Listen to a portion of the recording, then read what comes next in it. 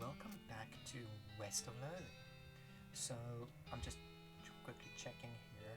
The nostalgia mode is unlocked through something. I can't remember what. Honestly, that. Colorblind mode, you never know. Save inventory options, no, that's fine. Changes the typeface of the game to Arial. Please don't do this. I'm gonna do it. Nope, I regret that choice instantly. Nerd mode displays a log describing what happens in combat, provides a few other pieces of metagame information in various places. Sure, turn that on. And turn on the combat grid, and automatically spend the XP, sure. Okay, so this time around, I'm gonna go after the horses. I'm gonna start at the mine, which last time we saw that I can dig through this cart with some meat ore in it. 50 ore, score. I missed the mug. Okay. So mug. What's this? Instructions for the cargo elevator. Examine. This mechanism is labeled cargo elevator control. Poster on the wall behind it reads, level 1 is blasting caps, 2 is plungers, 3 is tools. Let's do tools first. Work our way from bottom to top. It's a toolbox, but it's locked. I can pick that lock with a crowbar in it. Ooh. Managed to unlock the toolbox, but the needle is ruined in the process. Most of the tools inside are rusted away, but not to nothing. But there's a pretty nice crowbar. Cool.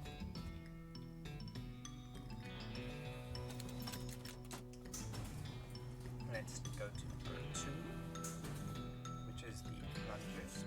Plungers! The sign behind it, though. There's only the one kind. Detonation plunger. Sometimes the only solution to a clogged pipe is to blow up the entire building. And then blasting caps, which is level 1. Hey! These crates are all labeled with blasting caps. The period is part of the label.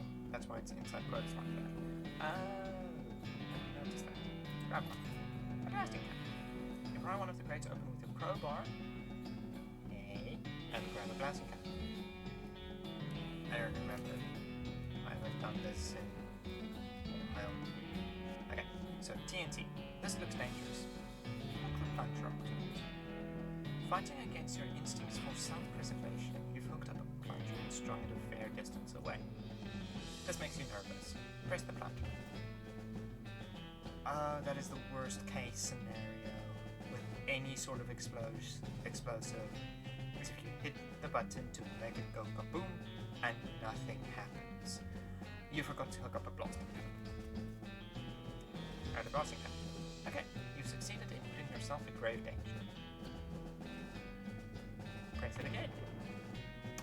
There we go.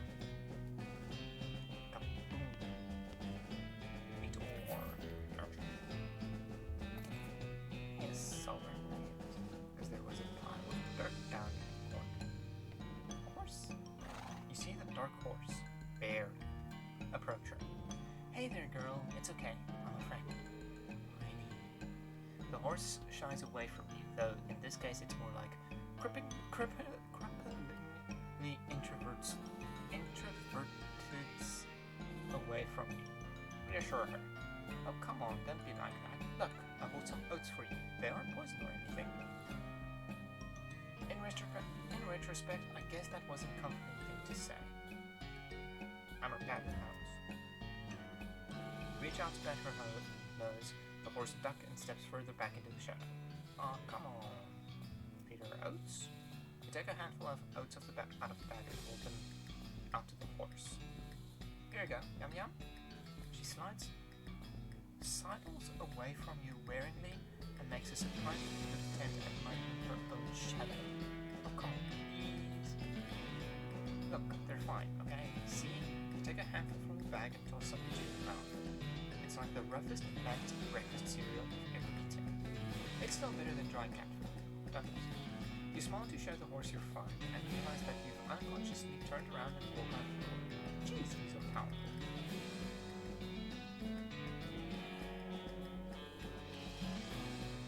horse looks at you wearingly as you re-enter with a cheerful wink. See, perfectly fine. That's been heard of. The horse hunches up her shoulders and seems to shrink slightly as you pat her nose, but she doesn't actually flee. So that's something. There's a good girl. Feed her that. The horse finally seems relaxed enough around you, so you offer her a handful of oats. Wearingly,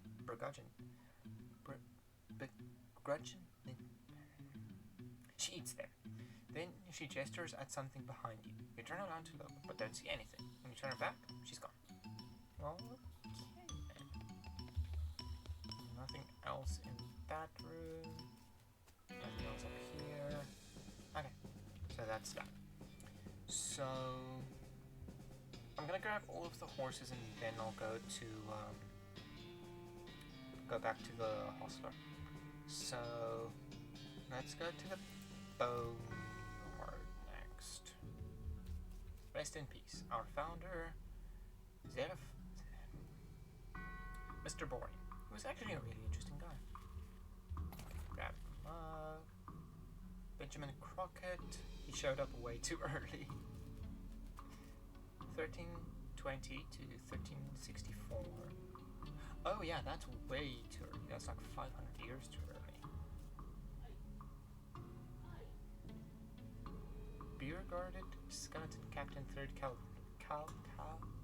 Cavalry. Dig up the grave. No, okay. I'll go for the skeleton. Got the jump on there. Cool. I am gonna throw lava lava at them. Also, I turned up the combat speed in the settings. So here you can see the speed for dialogue, combat, and horse. The horse is so that I can travel faster, and the combat is because I turn this down. Combat sound is back on again.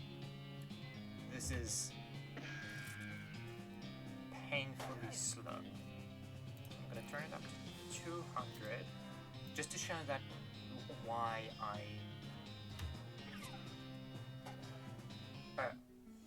defeat. I wouldn't feel too bad about it. He was a captain after all, and you aren't even a private. Dust myself off. Okay. Bad idea digging that up. But yeah, so I'm gonna turn that back up to 300 because it's just way quicker, especially later on in the game. A skeleton, you're not getting past it without a scuffle. Not if I could go. A scuffle it is then. 10 HP. Eat bean.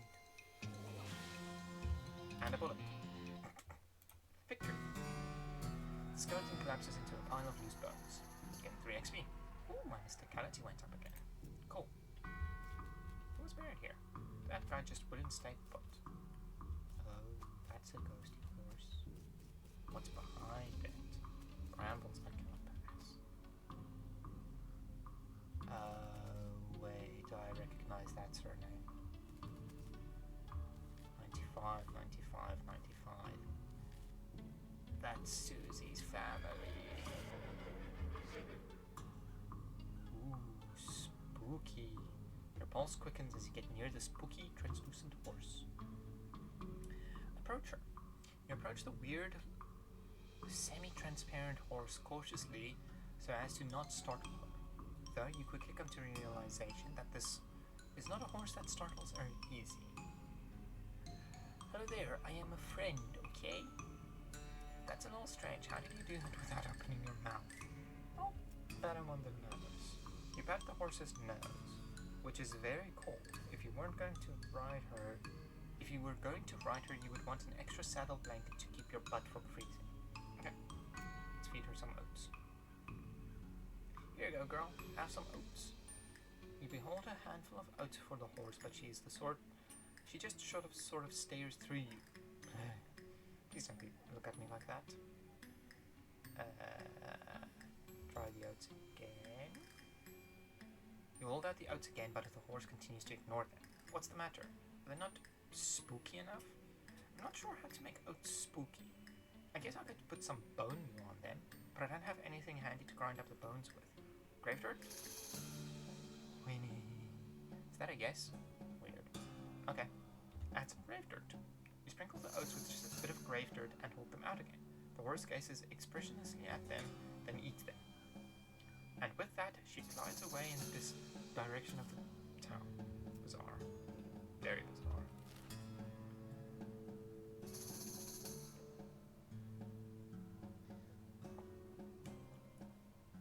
I remembered the order. Okay. I need to go back to Boring Springs. Just real quick, because of Susie's family. Because I know what happened to them now. The woman glares at you. Are you Susie? I don't know how to pronounce her surname. How do you know my last name? I saw the graves in the cemetery. I'm sorry for your loss. Susie scowls bitterly and mutters into her whiskey. I saw it happen. The whole damn thing, and I couldn't do nothing about it. Bartender said it was cows. Cows, right? I don't know. Cows, right? I don't know what those things are, but they ain't cows. Not anymore. What happened? It was a raid. You see, Ma and Pa used to ranch cattle back before they came home. Pa didn't make it, but Ma and I managed to rebuild. We ranched pigs instead, and she left me with the place when she passed. Go on. Well, I guess a passing herd sniffed out that it used to be a cow ranch, and they attacked. A couple days ago. It happened so fast, I didn't even have time to get my rifle out of the gun safe. Cows smashed up the front door, and the fire started out back by the root cellar. House went up in blazes. What did you do? There wasn't anything I could do. I couldn't get upstairs to the kids because of the fire, and I saw Tim trampled right in front of me. She drains her glass. I didn't want to talk about it anymore. Sorry. Giraffe refills her mug from a bottle on the bar and doesn't reply. What do we do now? Head west, I suppose. Nothing keeping me here, and no desire to stay. I can't leave without my rifle, though. Why not? It was Ma's rifle. It's all I've got left of anyone. Where is it? I left it in the ranch like a damn fool. Listen, can I ask you a favor? I need someone to go get it for me. Yeah, I'll go get it. Susie shows you on the map where her ranch is. You discovered the ranch. Come on, leave. Map. To the ranch.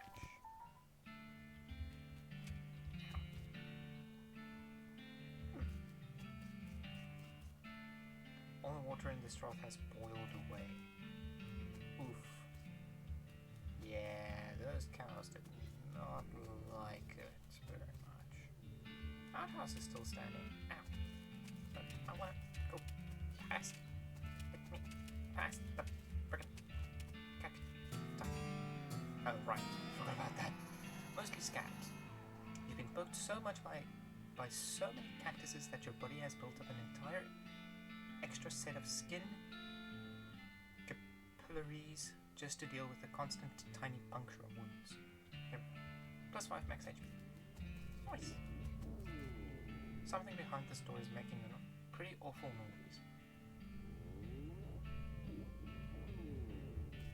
You can barely hear it. Go through it anyway. What's in here? Nothing. What's in here? Looks like someone was in the middle of fixing a knife. Grab it. Varmint skin and knife. Allows you to collect skins from beasts after combat. Now I'm gonna equip that. Instead of rook board. Those pies were not safe. Oh, right. That's a cow. I think. This thing looks angry. You're not gonna make it to that safe without dealing with it. Deal with it. 15 HP. Okay, I'm gonna increase my armor. And then melee attack. And then melee attack. And then melee attack. And then go back in. Victory! Nice. You defeated the nasty cow skull floating in a cloud of flame. Hooray! Guns. It's the family's gun safe. Grab Susie's rifle. Nice. Okay. Back to Susie.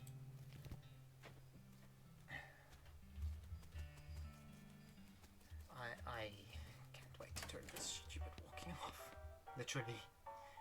You find my rifle yet, stranger? Yep, here she is. Susie's eyes swell up with tears as you hand her her rifle, and she roughly scrubs her sleeves across her face before any of them spill out. Thanks, stranger. I didn't catch your name. I'm Tom. Thanks, Tom. Can't rightly say what this means to me. She looks at the rifle for a long moment, then looks back up to you. She sighs. Well, that's enough wallowing in misery. Time for me to hit the road. If you want me to tag along when you head west, just say the word. Sounds good, Susie.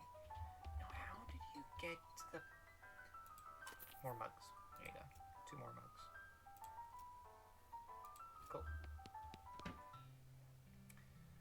There was a way to get the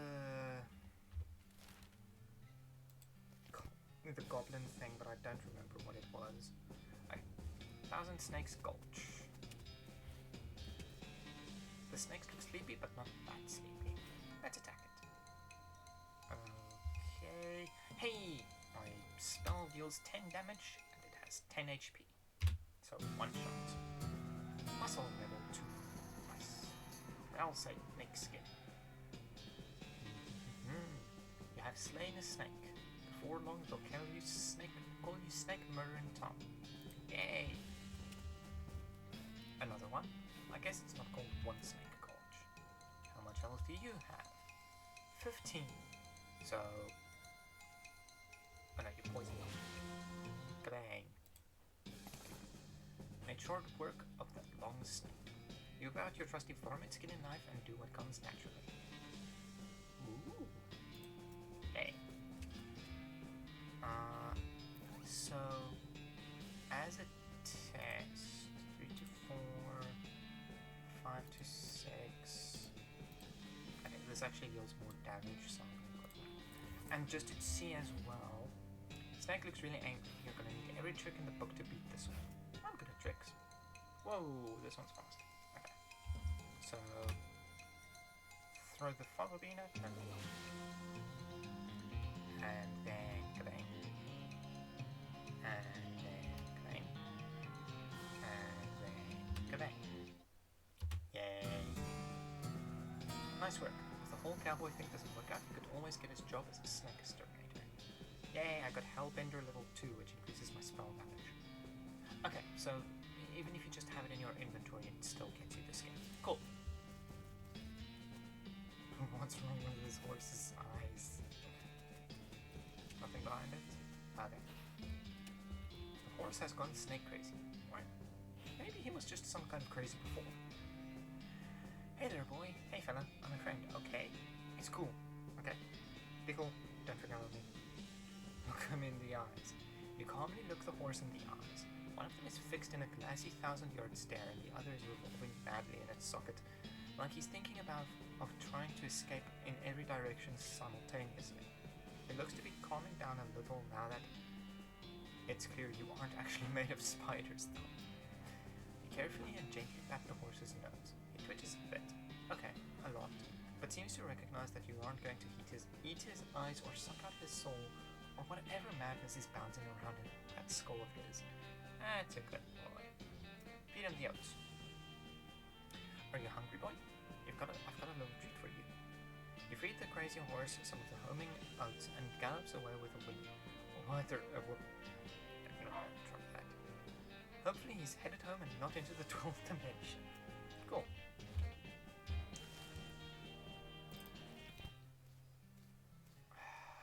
How did you do the thing with the doctor? Hey, there's all the horses. I don't know how you spotted her hiding in that mine, but thanks for sending back my dark horse. Sure thing. Looks like my pale horse made it back safe. Thanks for the help. Anytime. Thanks for finding my crazy horse. He was eating loco weed again, wasn't he? Not that I noticed. That's all of them. Can't thank you enough. Here's a little extra for you. So in total, I got 1,000 meat. Thanks. You said something earlier about an injury. Yeah, I busted my knee while mucking out the showroom. Don't ask how, it's embarrassing. I was gonna get Doc Alice to look at it, but she gave up doctoring. Why'd she do that? Nobody knows. She just shut herself up in her office. Said she wouldn't talk to anyone except Nurse Whiskey. Which is the whiskey we found last time. Is that an actual nurse, or I'm pretty sure she was being sarcastic. I see. And before I buy a horse, because I'm pretty sure that makes forces you to leave the prologue. Wasn't there anything I wanted from you? I've got 3 rattler skins. Yay! His eyes light up. Oh my, oh my, my oh my. How brave you must be. Grabs the skins and hands you a soft, shiny pocket watch. Cool. No change right now. Get lost. Offer whiskey. Whiskey delivery for you, Doc. What brand? Nurse whiskey. Your favorite, I'm led to believe?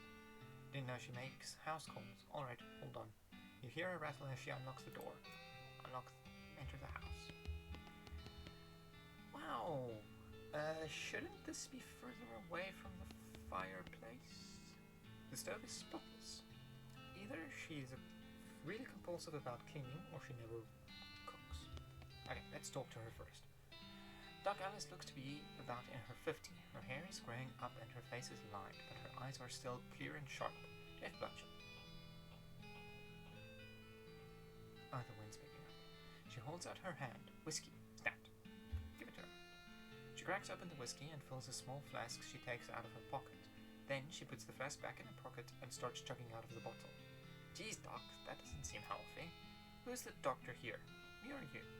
Okay, 1 second. Ammo. Hey Doc, can I look at your books? Sure, if you want to.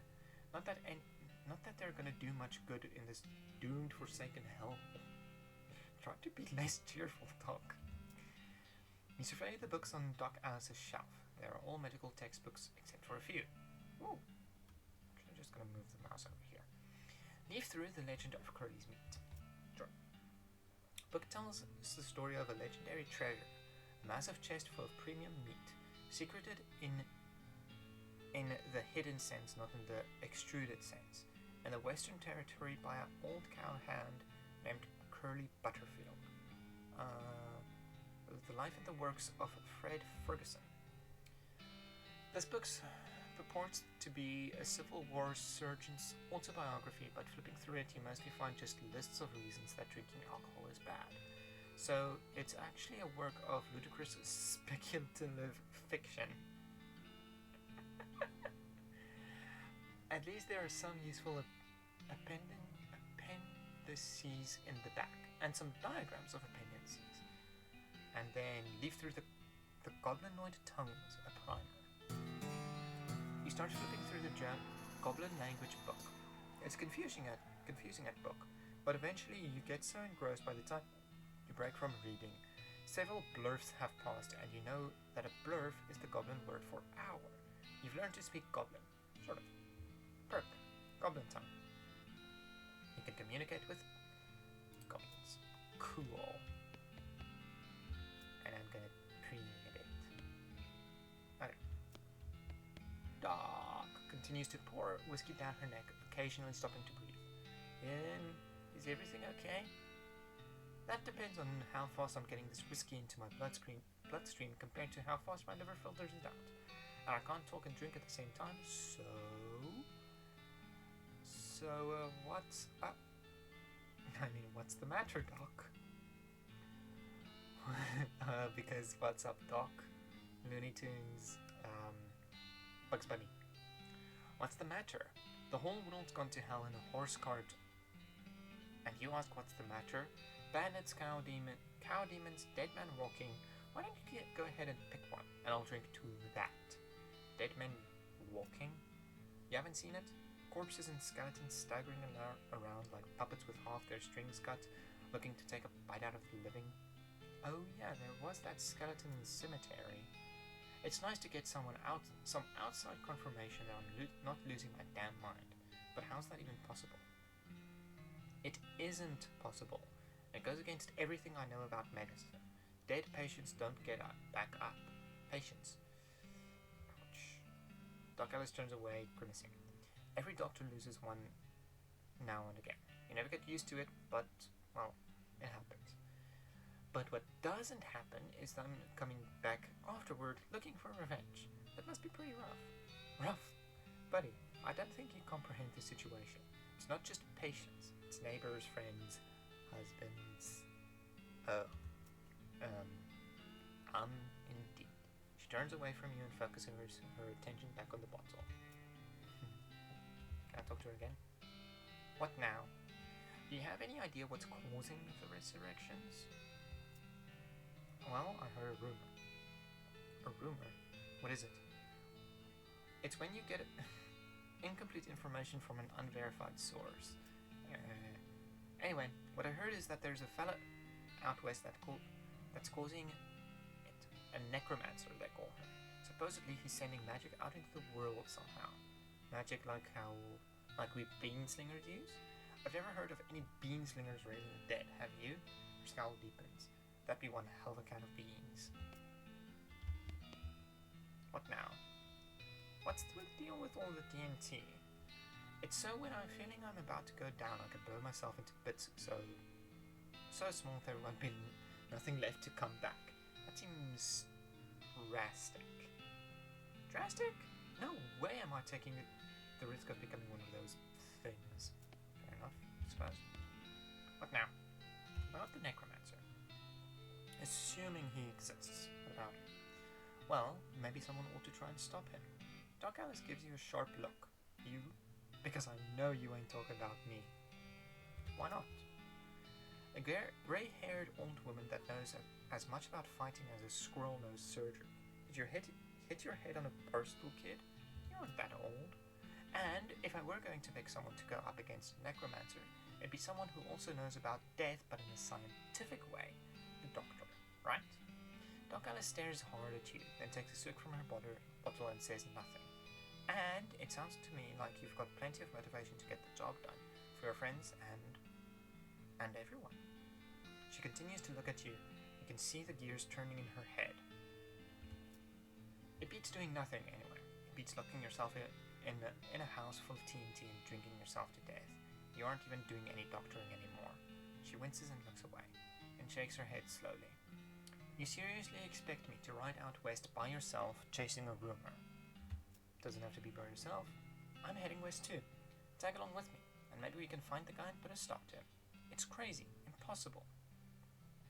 Impossible? Like raising the dead is impossible? Alice crosses her arms and regards you thoughtfully.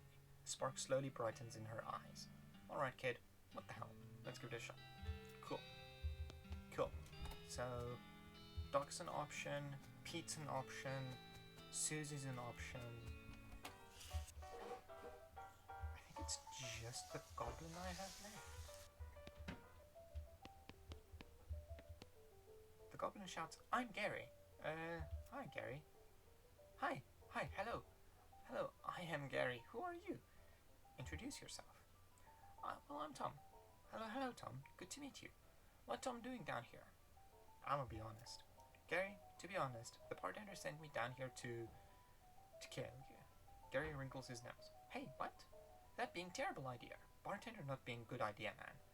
Gary wants popping, but not here. Too close to home. Gary wants popping far up and high away. New Gary everywhere.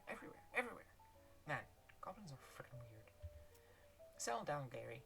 Gary doesn't like settling. Gary wants to traveling and popping. If Tom going up far and high away, maybe Gary taking. I'm not taking him. I can't. I'll think about it. No, my brain has a hard enough time reading as is. If I had to take a goblin as my partner, I'd be freaking. I won't be able to speak at all. Okay. Spittoon time. And then I'm gonna call the episode. It is spittoon. People spit into it. You know, without even looking in it, it is absolutely disgusting. I'm gonna look into it. Yep, it's full of spit. Regular spit, gross tobacco spit, chewing gum, and it looks like a few teeth as well. It's disgusting. And the smell, even from a distance, it smells horrible. Look closer. You are now on your hands and knees peering into a filthy encrusted spittoon. I don't understand what's wrong with you. Wait, is there something shining at the bottom? Get it. You reach your hand toward the spittoon. Even before you touch it, you can feel the grossness in the air, like a greasy fog enveloping the stinking brass horror. It smells like the vomit trough at a mesquite BBQ eating contest. You hesitate. Never surrender. You plunge your hand into the awful soup. It makes a sound like glop. Your skin is burning. Your eyes start to water. Search. Your fingers make contact with something. You pull your hand out of the devil's tureen slowly, not daring to risk splashing the contents all over yourself. You appear to have gotten some kind of ring. Probably some kind of disease as well. Congratulations. Hooray. Hey, new item. Nasty ring. Mouse. Thank you.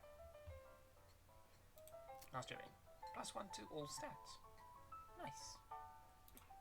Still don't have any pants or boots. Just thought I'd say howdy, take your leave. Hang on, what are these guys playing poker? Oh, okay, that's something I can actually do. So I'm gonna pause, call the episode, so thank you everybody so much for